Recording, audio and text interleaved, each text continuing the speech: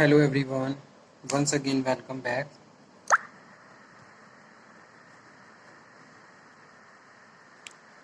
International trade में आज discuss करेंगे फॉरेन एक्सचेंज मार्केट को। क्या है फॉरेन एक्सचेंज मार्केट, सबसे पहले ये समझेंगे और इसके कौन कौन से मेन कैरेक्टरिस्टिक्स होते हैं इसके बारे में डिस्कशन करेंगे। ठीक है, तो सबसे पहले यहाँ पे मैं पहले एक डेफिनेशन लिख दूँ ताकि मैं उसको बेटर तरीके से एक्सप्लेन कर सकूँ। ठीक है, और आई होप आपको भी समझ में आ जाएगी।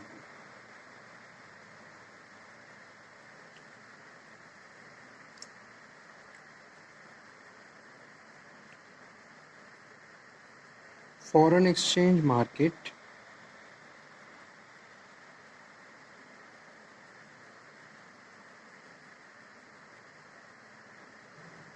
is a place where foreign money are bought and sold।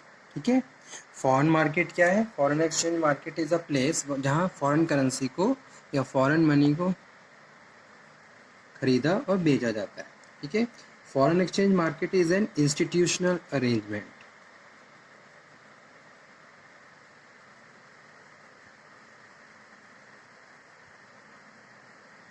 Foreign exchange market is an institutional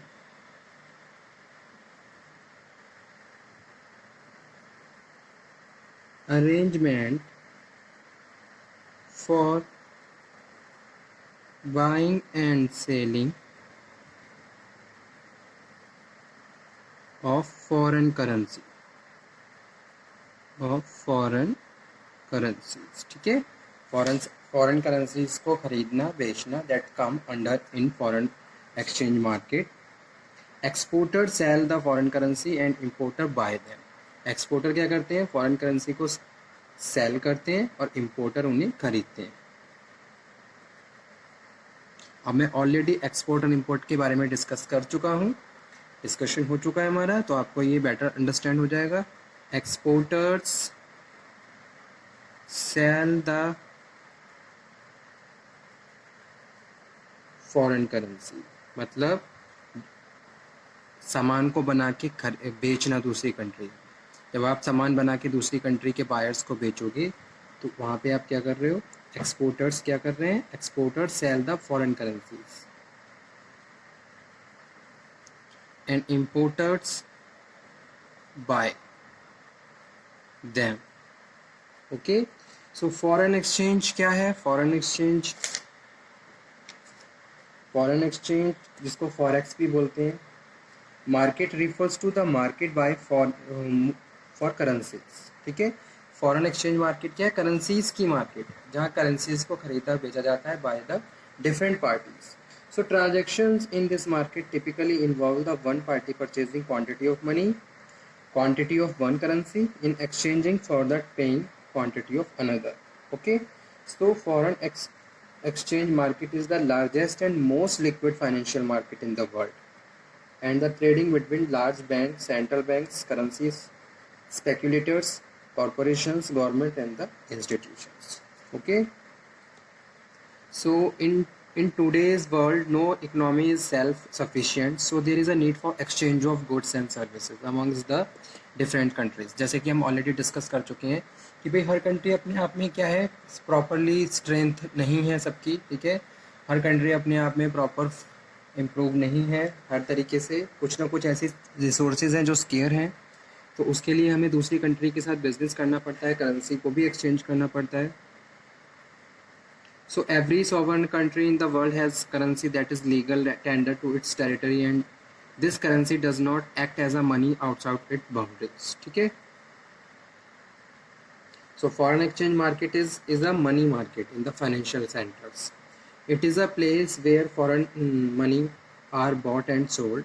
The buyer and sellers of claim and foreign money and the intermediaries together constitute a foreign exchange market. Okay, तो इस तरीके से ये क्या बनती है, एक foreign market बनती है, फॉरेन एक्सचेंज मार्केट बनती है, करेंसी एक्सचेंज मार्केट बनती है। अब इसके कुछ कैरेक्टरिस्टिक्स होते हैं।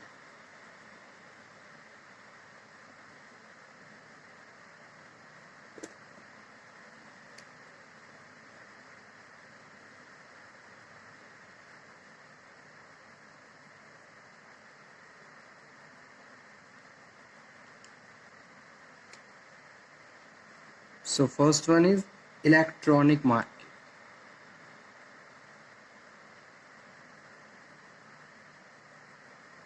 Electronic market. Foreign exchange market does not have a physical place. कोई physical place नहीं है. It is a market whereby trading in foreign currencies take place through the electronically linked network of banks. ठीक है, जो electronically linked networks of banks हैं, इनके through transactions होती है, या फिर foreign exchange brokers होते हैं, dealers होते हैं. Okay, whose function is bring to together buyer and seller for foreign exchange. Second one is geographical dispersal.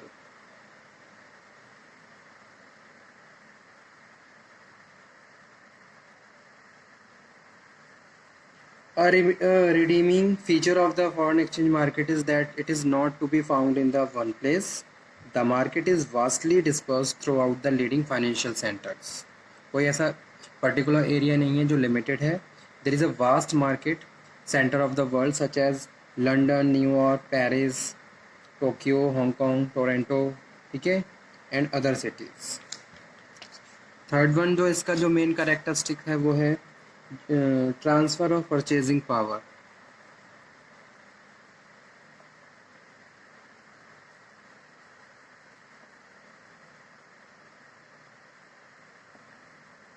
Foreign exchange market aims at permitting the transfer of purchasing power denominated the currency to another, whereby one currency is traded for another currency. For example, an Indian exporter sells software to US firms for dollars and the US firms sell their supercomputers into Indian company for rupees. In these transactions, firms of respective countries would like to have their payment settled in their countries. ठीक है, तो इस तरीके से क्या होती है, transactions होती है और जो परचेजिंग पावर है वो ट्रांसफ़र की जाती है from one country to another country. ठीक है, उसके बाद नेक्स्ट जो है वो है intermediary. Foreign exchange market provide a convenient way of converting the currencies earned into the currencies wanted to their respective countries. Market act as an intermediary between the buyer and seller for foreign exchange.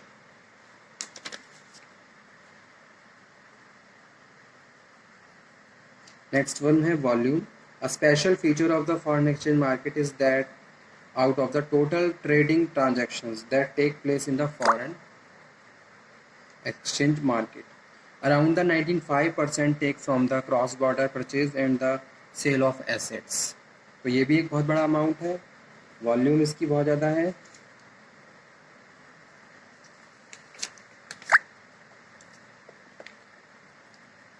ठीक है,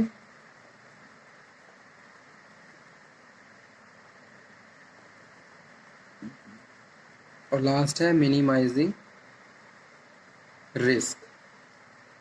A foreign exchange market provides credit through the specialized instruments such as bankers, acceptance and letters of credit. The credits provide is so much of help to the traders and the businessmen in the international markets. ठीक है, तो ये इसके कुछ important characteristics थे. अब इसके कौन कौन से फंक्शंस होते हैं. फंक्शंस,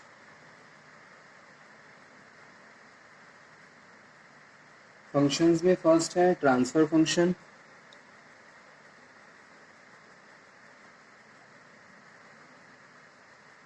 सेकंड वन है क्रेडिट फंक्शन और थर्ड वन है hedging function.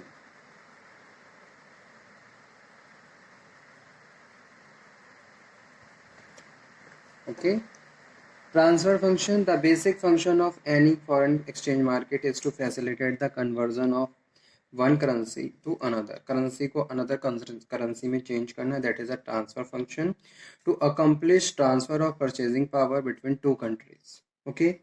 Credit currency, when foreign bills of exchange are used to international payment, a credit for about 3 months till their maturity is required. Hedging function. Third function is the foreign exchange market is to hedge foreign exchange risk. In free exchange market, when exchange rate, that is the price of the one currency in terms of another currency, change. So there may be a gain or loss to the party concerned. Okay. तो ये कुछ important functions थे. तो आप ये topic पढ़ लीजिए, easy सा टॉपिक है, फाइनेंशियल सब्जेक्ट से भी रिलेटेड है, फॉरेन एक्सचेंज मार्केट.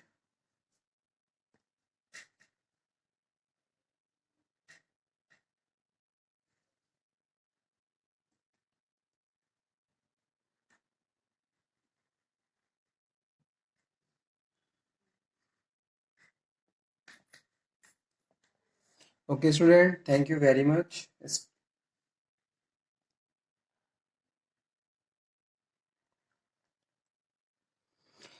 तो ये टॉपिक आज हम यहाँ पे हम स्टॉप करते हैं. नेक्स्ट लेक्चर में इसी टॉपिक को कंटिन्यू करेंगे. मेजर फॉरेन एक्सचेंज इंस्ट्रूमेंट के बारे में डिस्कशन करेंगे और एक्सचेंज रेट के बारे में भी डिस्कशन करेंगे. ठीक है. तो इस तरीके से हमारे कुछ टॉपिक रह गए हैं, बस बाकी ऑलमोस्ट सब कवर हो चुके हैं. तो आपसे उम्मीद है कि आपने भी सारे लेक्चर अटेंड कर लिए होंगे. अगर आपको कोई भी डाउट हो किसी भी लेक्चर में, किसी भी सब्जेक्ट में ऑफ योर दिस सेमेस्टर जो कि मैं पढ़ा रहा हूँ, तो आप दोबारा से डिस्कशन कर सकते हो. ठीक है.